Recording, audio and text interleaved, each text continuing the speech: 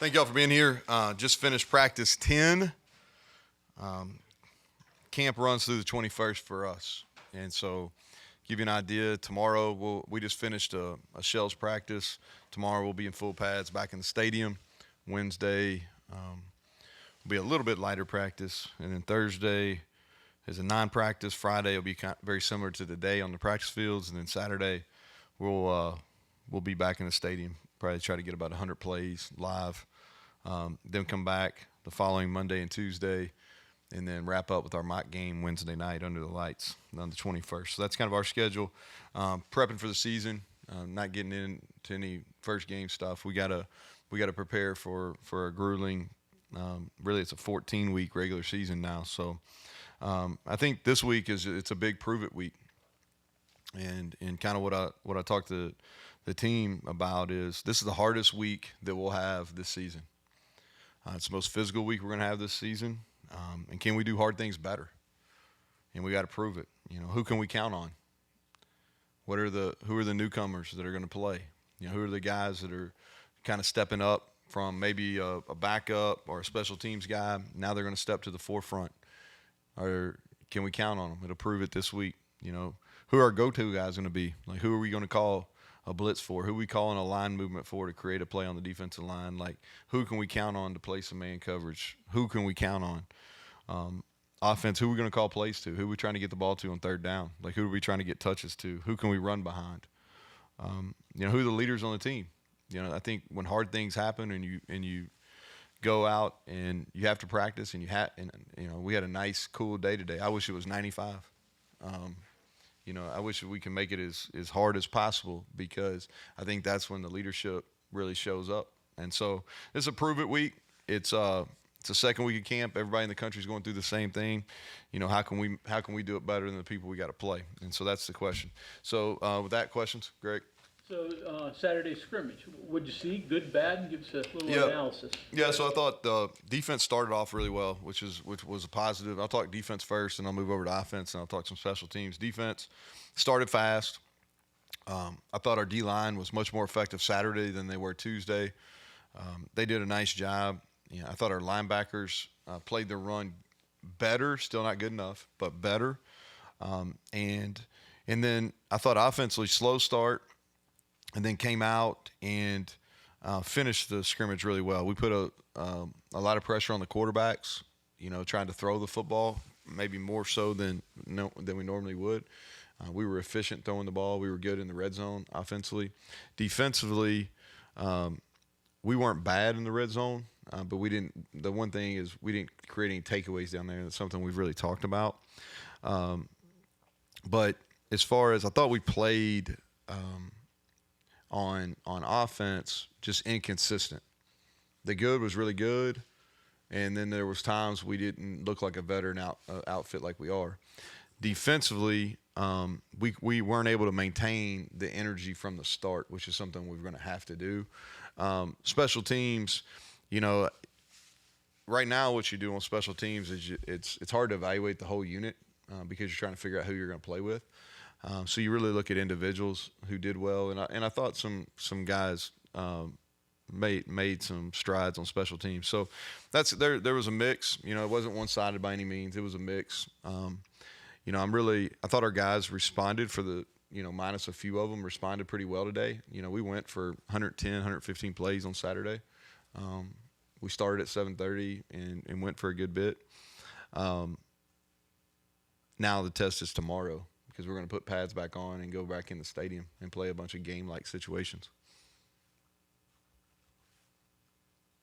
Neal, how do you mentioned seeing who steps up and becomes leader. How do you, I guess, without the benefit of hot weather, how do you kind of simulate adversity in practice? Yeah, so you just put people in situations. Like offensively today, we started our team segment with a coming off. We put the ball on like the 4-yard line, and you try to pin them back.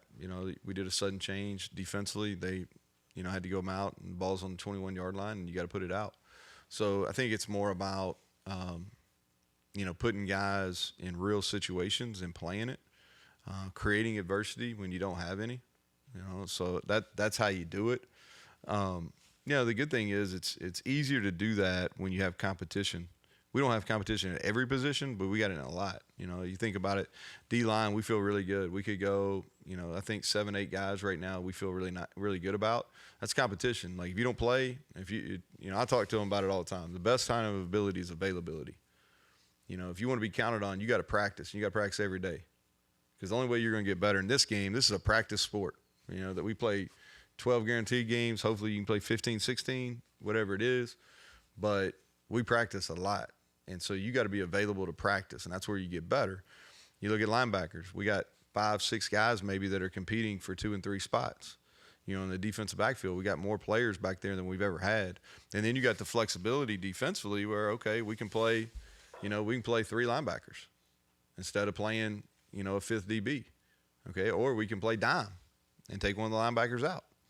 Or we can play our base, you know, which is 3 downs and a spur and 5 DB. So, and we can mix it up, but we're going to put the best players out there, you know. And offensively, it's the same way. Like, we got to figure out, like, you know, we're better with 2 backs in the game. We're better with 2 tight ends. We're better with 3 receivers, 1 back, 1 tight end. You know, and I think it goes back to find the combination to play the game the way we want to play it, which is we want to play the game where we have discipline in all 3 phases. We want to be extremely tough, mentally, physically. We want to strain, and we want to play smart football. And the guys that can do that, and none of those require talent.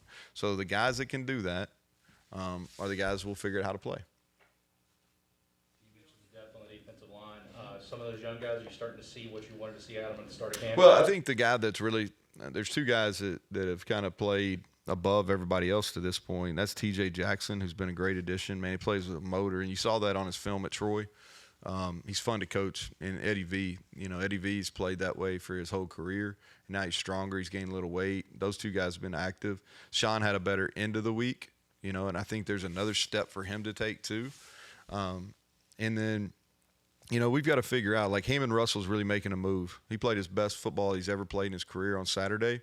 But we need some other guys to come on. Asani Redwood practiced today. Today was the first day. He was full go. We need him. We need Elijah Kinsler. We need Nate Gabriel. We need some of those guys to come through and really, you know, Asani needs to play a big role. We need some of those young guys, first-year players, to play supporting roles. On the offensive side, are there any players in particular that stood out? You said it was inconsistent, but in terms of individual players, I thought individual players that stood out in a good or bad way. Yeah, I thought let's start up front. You know, and Yates really pushed through. He got banged up a little bit on Friday, but came out and played every scrimmage rep.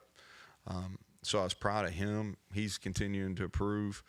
I think Xavier Bosley and Sully Weedman are guys that are making some strides, so that's been exciting to see. Johnny Williams is getting better. And then I think out wide, we really tried to, you know, Jaden Bray, we got a bunch of touches too. I'm excited about him as a football player. He's going to be one of our better special teams players also. Yeah, I think the 2 freshman running backs had nice days, you know, for limited carries. They both had some positive runs, Dior and Dunbar. You mentioned special teams. Kickoff return was an area I know you thought you wanted to improve. Have you found a kickoff returner yet? In process. So, like, we're working Hudson a lot back there. He breaks tackles. He's got good straight line speed. Jaden Bray's working back there as well. You know, those are the 2 guys. Working some bigger off returners also that, you know, if people want to kick to them, we feel better about it. We feel better about the back end than we have at this point, you know, in several years. With Bray, what specifically do you like about where he's come? First of all, he plays the game really hard. Okay. He's coachable. You know, he ran down 21+ miles per hour the other day on a kickoff, and that's special. He's really good at the gunner on punt. I think he's going to be a lead at that. You know, I thought he used his body well in offense. He made a couple plays down in the red zone where he went up and used his length. So those are some real positives for him. Pretty comfortable with the offense now, or is that still I think it's a work in progress. You know, like he probably has more missed assignments than I would like, you know, for a guy that was here in the spring. But when you play as hard as he does, you can kind of overlook that. Where's Rodney at? You know, with his development? Yeah, playing both. Yeah, he played. He's been really since about practice 4, splitting both. He may be our best man defender right now. He's gonna play today. We really put some pressure on him and played him in a bunch of run scenarios where he had to tear off blocks and play the run. We really hadn't asked him to do that to this point, but when he's going to play on that side of the ball, he's going to have to do that. So I need to watch the film, see how he did. Offensively, man, he had 2 really nice runs in the catch and runs in the scrimmage on Saturday. He's looking more fluent as a receiver too. I'm proud of him because we're putting a bunch on him mentally, and he's spending extra time here to make it going both ways work. In evaluating all of this, which is obviously a lot, is it kind of like evaluating film from a regular game? I mean, you can see, hey, those guys were in there, we popped this, big play, great. But looking at all of the individual players, assistants got to look at the film, everything, grade that, get back together to get that whole picture. Yeah, when you get to this point, there's a lot of film, and we're two spotting everything, which you guys, when y'all been out there, you've seen, and you do that is because like all guys kind of their trajectory on how they develop is different. We may have some guys that aren't necessarily ready right now, and especially guys that play physical positions that are close to the combat area. But they may be ready in late October, early November. And so with the redshirt rule, the way it is, you want them to log these reps, quality reps within your system, your base systems that you're installing during fall camp. So when they are physically ready, they really have those reps to fall back on. That's the hope. But there's a ton of video. Every single day there's a ton of video. And so that's good, and now that more individuals in the building can coach, we can split those meetings up. Where everybody's getting an opportunity to watch themselves and make the corrections and develop at their own pace. So that is a positive. When you sit back like today, as a head coach, like you don't want to go out and see one side be dominant. Now that happens, like Friday's practice, the defense won going away. In Tuesday's practice early in the week, the offense won it going away. Like, that's not really what you want to see. Today was closer to what you would like to see. It was a much cleaner practice. We were in shells, very few guys on the ground. I thought it ebbed and flowed. Offense won some periods, defense won some periods. When you start playing better football, that's what it looks like. I think there's a big difference, and I talked to our staff about this a bunch. There's a big difference between what a quality offensive play looks like and what an offensive play that was successful because of negligent defense. And the flip side is true too. There's a major difference in what a quality defensive play looks like compared to what a negligent offensive play looks like, right? If the offensive guy goes the wrong way and the D-line makes a tackle, yeah, it's a tackle for a loss, but did he really get better? Probably not. And so that's kind of what you got to look at as you're evaluating. Question, and you kind of alluded to it as well, all the extra assistance. How much does that help break down film, especially coming off the scrimmage, or can it potentially put too many voices, too many opinions in a room? No, it's like we've been preparing for this, so the breaking down film doesn't change at all. That was something they could do for a long time. It's more about the attention in a walkthrough and in a meeting. So to give you an example, like I think I've used this before, it's all about your student to teacher ratio or coach to player ratio for us. And so when we go to walkthrough, we don't have a bunch of people standing in the back. We can break it up. And so maybe we have our guys that are in our developmental group, man, they go down and they walk through some things on air, offense and defense, while the guys that are preparing that are ready to play right now, those guys are walking through looks we're going to see as we move through the season, because that's kind of what we do in our walkthrough settings. Or, we have a bunch of film, so we're two spotting. So we've got one group that's going on one field, another group's going on the other field. So when we come in and we after we watch the film together as a staff, now take an offensive line, for example, you've got one group that Matt can be with, and you got another one that Ryan Alexander and Jens Danielson can be with. So now during that same hour meeting, the guys are getting really detailed instructions on the plays that they're getting. And I think over time, maybe not one day, maybe it doesn't matter, but I think over the course of the 21 days that we're in fall camp, that's going to make a significant difference, because if you're coaching and you're walking through and you're getting full speed reps, there should be a lot of learning that's taking place there, and I think it'll help us as we move forward. You're about a week or two away from Yep. making your decisions, and these guys prove it week and the likes.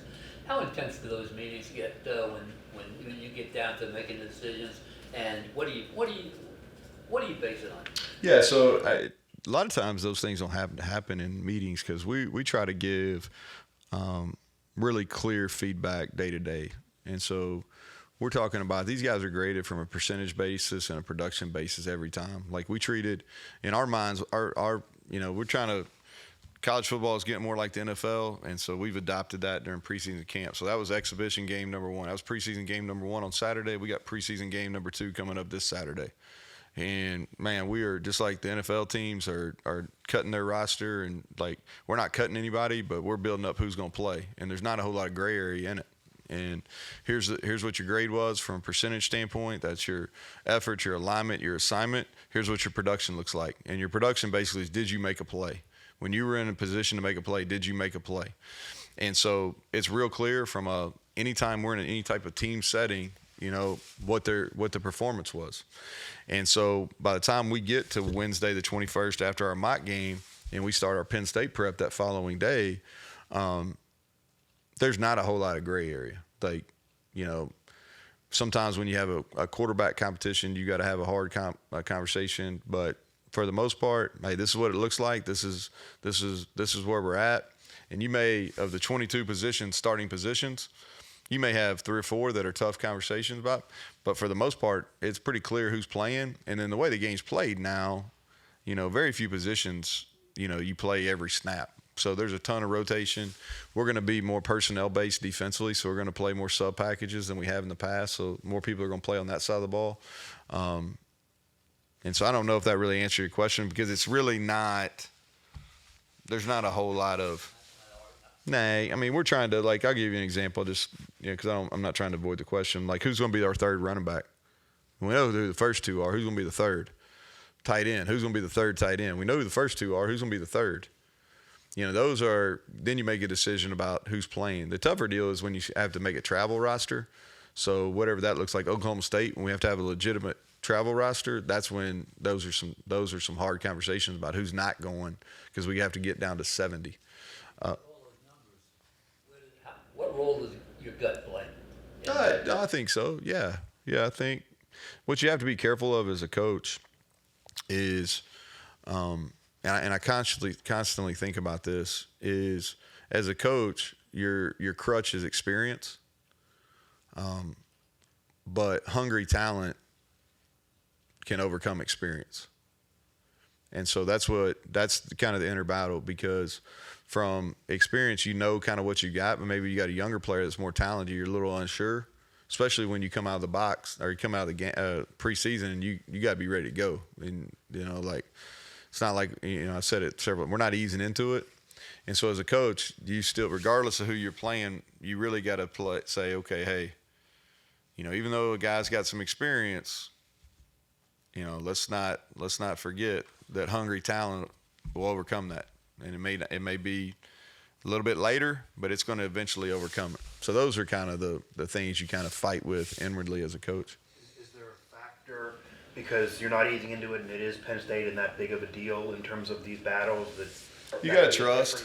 Yeah, like you got to trust. That's, Bob asked this. I mean, you got to trust your gut a little bit too. And you got to do a really good job of creating some pressure situations within practice. And then you got to, part of the high school evaluation, like if it's a freshman we're talking about or a transfer, like part of that evaluation process is how they handle, pressure situations. I think trying to give you a good freshman example here.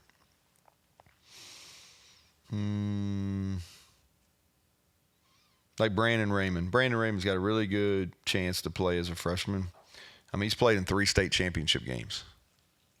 You know what I mean? Like he's played and he's had to go out there and play when it really, really matters. And I've got the receivers written down here. Like defensively, give you an idea. TJ Jackson, he's a transfer, but he's logged a ton of snaps. He played 2 conference championship games. Those are both 12 o'clock ESPN kicks. He's had to play under the light. When it's bright. So just like that's how you kind of weigh it. Like if they've performed well, even if it hadn't been on your team, if they've had to do that. Like I've used the example I think I told you before with Rodney. He had to step up in the whippeal and hit free throws in Pitt's arena, and all eyes were on him. Now he's going to handle this all right, So he just kind of used some evaluation tools too. Applying that to the calendar, when does it start? Next week after the scrimmage? Say again. Applying what you're talking about to a calendar. Is this started? No, we've been trying to put them in pressure situations the whole time, yeah. And we'll do simple stuff too, like just one-on-ones in front of the group or with the punter. I'll tell them, hey, we're going to do a pooch punt, and I'll usually tell them in our team meeting pre-practice, hey, we're going to do a pooch punt. If you put it inside the 8-yard line, then we're not going to run. If it's outside the 8, we're going to run. So, like it or not, they're going to think about it the whole time. And, we'll do a kickoff challenge, where, hey, we're going to do a deep left, and you've got to perform a deep left or there's going to be something. So you try to put them where all eyes are on them. And you can do it in a meeting room too, where you put a little pressure on them, whether it's answering questions, making them talk, anything that gets somebody out of their comfort zone, I think helps. And it tells, it tells a little bit of, are they going to be ready? Is it too big for them? And then there's some guys that if they fail, you better tee them up the next time to make sure it works, because you want them to be ready, right? And like confidence is a big piece of it. Somebody was that. Was that Mike? It's been a couple of days. I was just curious about Lathan and Wilson. They get back there Saturday. Yeah, so Lathan's practice. Wilson, I'm hoping Wednesday, I think will be his day. I'm hoping he'll be out there Wednesday. Lathan missed one day. He's practiced. He's been out there in a green jersey, so I don't know. He's ahead of schedule overall. And it's really kind of when he feels like he's at full strength. He had an upper body injury that he's done a great job recovering from. And when he feels like he's at full strength, he can cover fine. It's more about coming in there, tackling, and tearing off a block. And then your cat safety, that's probably the one spot. I guess Wilson not playing. That's maybe opened up a little bit. But there's been a couple people back there. Mm-hmm. How is that progressing? That's one of our open competitions. I think KK is making a move there. We're going to have some position flex where some other people can play back there. I think Burks is going to have to give us some snaps there. But Jaheim Joseph can flip and play, but KK is the guy that's getting the most snaps there right now. That's open. Yeah, open competition. Nate Flower has done really well, and he's putting some pressure on Mike there, and so we'll see how that plays out. RJ is not. No, RJ, he's a field goal guy, but RJ probably had his worst day today, but I don't know if he missed a kick until today. So he's been really good too, and putting some pressure on Mike for that field goal job too. Bray didn't play hardly any special teams, I think. Who said that? Bray. Yeah, he did. He played on times. Yeah, like punt block for them a little bit. Like this, but you. Nah, I think he's got a chance to be he's got a really good chance to be an NFL player, and so special teams are important, and they're important other places too. I'm not, but I look at it from the player's perspective sometimes too. Like we want to have the best special teams units we can. And we're not going to do anything that hurts our football team, but we also want to put guys in position to put stuff on film. And so, that's the hope for him is some of these opportunities on special teams. I really think from a scouting perspective, the guys at the next level are going to be impressed, and that's going to help him. Have those conversations with players, because that might be like an extra chore and just a drag or something. We try to, Mike, what we try to do is just educate them on the process. You think about it, man, the active roster on Sundays is 46. And for a receiver, so whoever's the big contract guy is not going to play on special teams, and maybe the second guy, depending on if they got heavy money invested in two of them, but 3 through 6, they better be dudes on special teams. And so I think if you can educate them where and I'm using receivers as an example, but it's the same thing on D-line. You look at those guys that are maybe 4 through 8, they're playing on special teams. So you just educate them, hey, 46 on game day every Sunday, you got to figure out where you're going to fit. And so our guys to a man have bought in pretty well on that too. The defensive play in the red zone when you've put such an emphasis on improving offensively? Yeah, we've just been practicing it a lot. I mean, we've practiced it a lot, and there's days where we emphasize the pass. There's days where we emphasize the run. We've played a ton of third and fourth downs down inside the 15 because I think a lot of times in our league that's where the games are, and so, you know, the thought is improvement through repetition. You just get used to playing down there. On the flip side to that, in terms of improving the red zone, obviously Cole's a target there, but now you have two other veteran, similar big body receivers. How do you weigh, we have so many options here, but we also don't want to take away from Cole in those opportunities you're mentioning for the future? No, I think that's kind of what the next, you know, from here to Wednesday is about, is Justin Robinson. You know, we're giving him, you know, there's a lot of plays that he's playing down there. Jaden Bray, you know, those are, when you get bigger body guys like on third and short to medium, or when you get inside the 15-yard line, when you don't have as much room, those guys that have some characteristics that that are unique. They're big and they're strong. So yeah, they're definitely, we're trying to figure that out right now. There's been some ups and downs. Justin missed a couple plays on Saturday, but he also made two down there, and so probably consistency for him. Okay, thank you very much. All right, thanks guys.